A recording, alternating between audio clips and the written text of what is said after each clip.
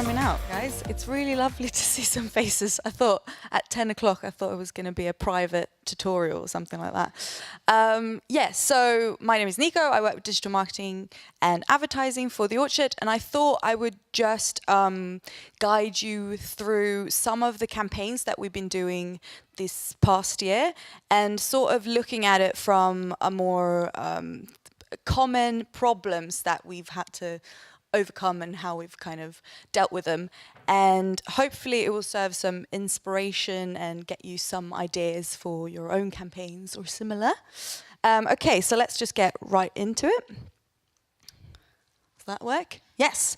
Okay, this is the most common one, and I'm sure that you have all experienced it. Short lead time. Always, I always get involved quite late. We preferably want to have it very early, but and have everything prepared, but that most often does not happen.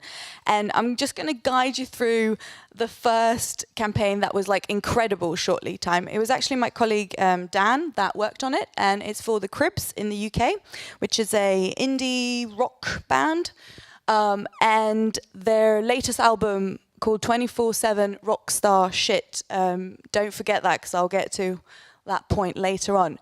But it was basically a very, very short lead time. We had 2 weeks to go within the pre-order window, and we decided for those type of campaigns, we kind of decided that we had to obviously always focus on what's the most important. So you have to identify what's your main goal with the campaign. And for this one, it was very much getting the fans involved and feeling like they were pushing the campaign and helping the band to like reach a top chart position, and very much engaging them throughout the whole campaign.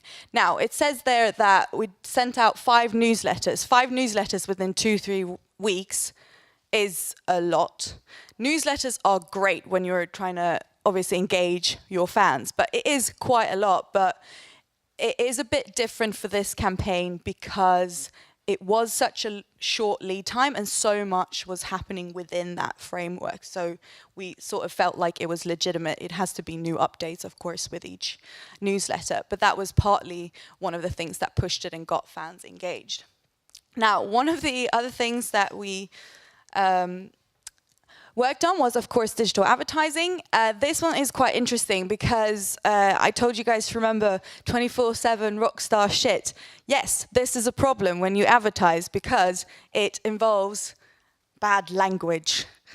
So on Amazon, for example, when we tried to advertise there, it didn't, because the title of the album is kind of bad, they didn't allow that to be advertised. Same thing with Twitter. You have to be aware that when you advertise on Twitter, they might actually ban you if you continuously use bad language, so we had to just cut off. And normally, this would be something that you could look into solving if you had a longer lead time, but because of the short lead time, we had to just get on with it. And so what we did was, you can see that there's a little star instead of shit there. So on Facebook and Instagram, that's the sort of advertising that we used, and that kind of worked around it and worked really well. Okay. What were the results? Of course, this is really exciting because we engaged. This was really much like, even the advertising was built around like, let's get this band up to the top charts, and that actually did get the results that we wanted. So it got the band's highest chart position, which was number 8 in the UK, which is amazing. And particularly with that short lead time, we had to just focus on the main goal, which was just getting the current fan engaged, because they had their audience, and those are the people that are going to be part of driving it with album sales, merch, and everything. Let's move on. I'm getting confused by all my own computer here. Okay, so next one is learning new tools. This is an interesting one for anyone that works with digital marketing. You all know how hard it can be to... 70% of my job is basically trying to educate people on why it makes sense to do a specific thing, or how to use the tools, because they're not aware of it. And rightfully so, like, people shouldn't, artists shouldn't necessarily have to focus on it all the time. But this one is quite an interesting one because it's for a heritage band called Morgan Heritage, a reggae band.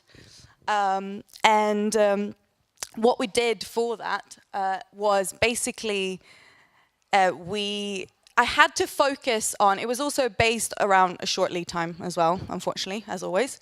And we had to kind of focus on, they have their current fans, but I had to focus on, okay, what is the main thing that I want them to sort of get out and learn? And one of the things that they weren't using was video. So I just focused a lot on just getting them teaching them video, and they were touring, which is also one of the things that's like really sort of annoying because they weren't in the same place as me, and I couldn't teach them always things. They're really good with picking up the tools, and they were really excited about learning it. And when you see that little spark from your artist, that's when you need to jump on it and sort of teach them the tools. So one of the things was Facebook Live. Of course, at the time, this was last year, it was getting even higher reach than normally. And with this campaign, we didn't actually get any advertising budget from our point. So I had to come up with something that got as much reach as possible to their fans organically.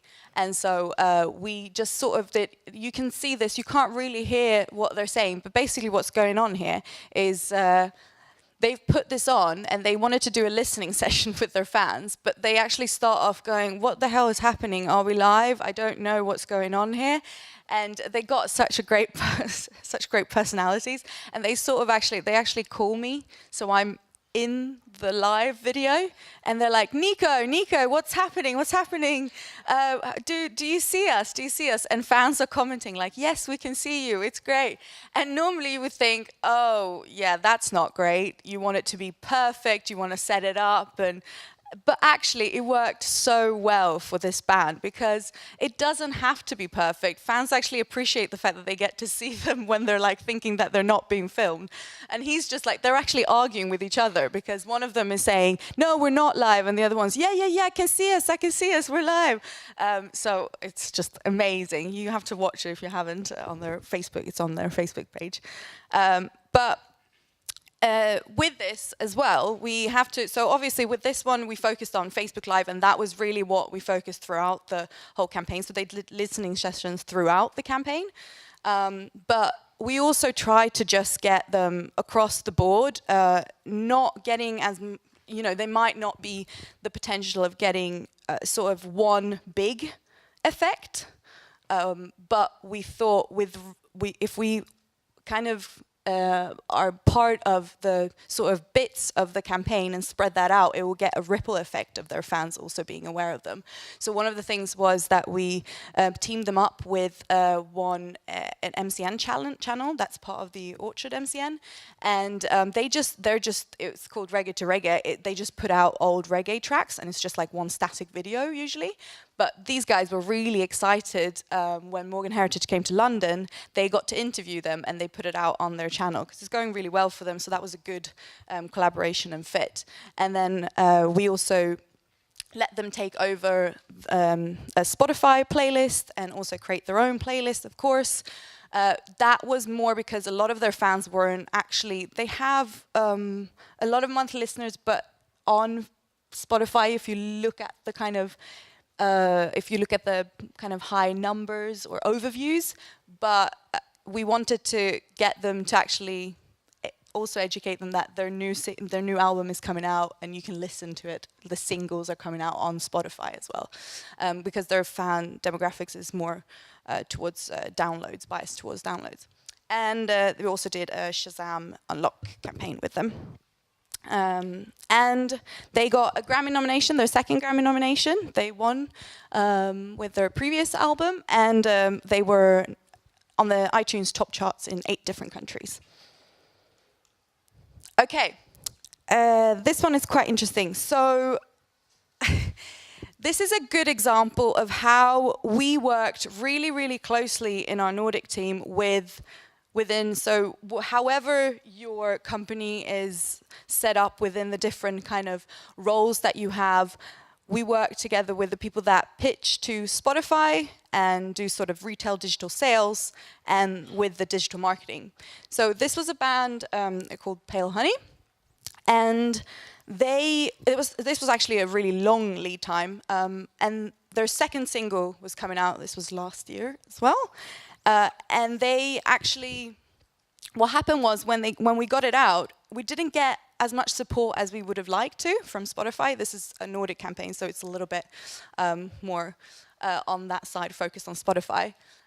And therefore, we had to come up with something where we actually pushed people to Spotify to try and get people to go in and listen, but also something that we could come back with to Spotify and say, hey, we're doing this campaign, and we're actually actively encouraging people to go to Spotify. So we made this, their track was called, what's it called? Why Do I Always Feel Like This? That's what it's called. And she goes, why do I always feel like this? So we just asked people to say, how many times is she actually saying it? You're part of the competition. We also wanted to push their tour days, so this was a really great way, and they got tickets to the tour and a goodie bag, and they got to meet the band. But it was embedded with, it was a Spotify embed, and of course it encourages people to listen several times when they have to count the amount of times that they're listening, that they're trying to figure out the competition. And we also used the artist pick. This was new when we did this, and we did it to drive attention to the competition. So you don't always have to drive attention to a playlist or so, but when you click on it, it was kind of all the details about the competition you can click through, and of course all of their tracks were included on there as well. And this has been going really well for them. After that, they got picked up on the India Highlights playlist, and that's still the playlist that's driving the most amount of stream. They kind of all, the line got up, if you know what I mean, without saying any numbers. And they also were included on Spotify's or it's indie, which is in Sweden, or it's in the sort of the indie highlights playlist, best of 2017. And also support from Spotify Sweden on their Instagram as well, which is amazing. We've really worked on that. And they also got nominated for a bunch of awards. Now, on to the last one. So this one is a bit of a more old one, but I just wanted to show you guys, it's last year's Christmas, previous year's Christmas. And it just shows you how you can work together across the board. So this was a classical campaign, a really, really small band in comparison, the King's Men.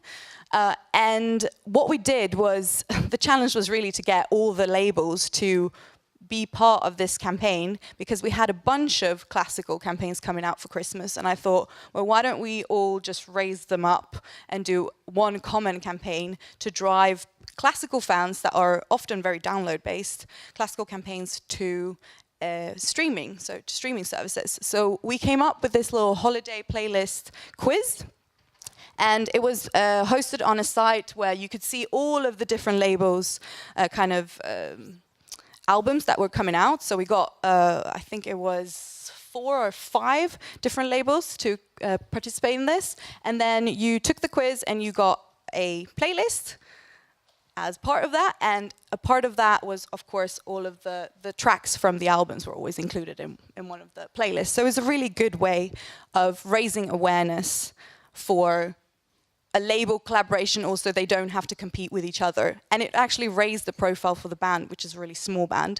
And they got like 200,000 for their live streams that we're doing on the side. They got over 200,000 organic reach at the time, which was amazing for a page that was under 2,000 likes at the time. And yeah, so I already went through the kind of, this is what they would look like. One thing also that was actually challenging that I have to bring up was the fact that we had to communicate this out. The labels had to communicate out the campaign that it was going on.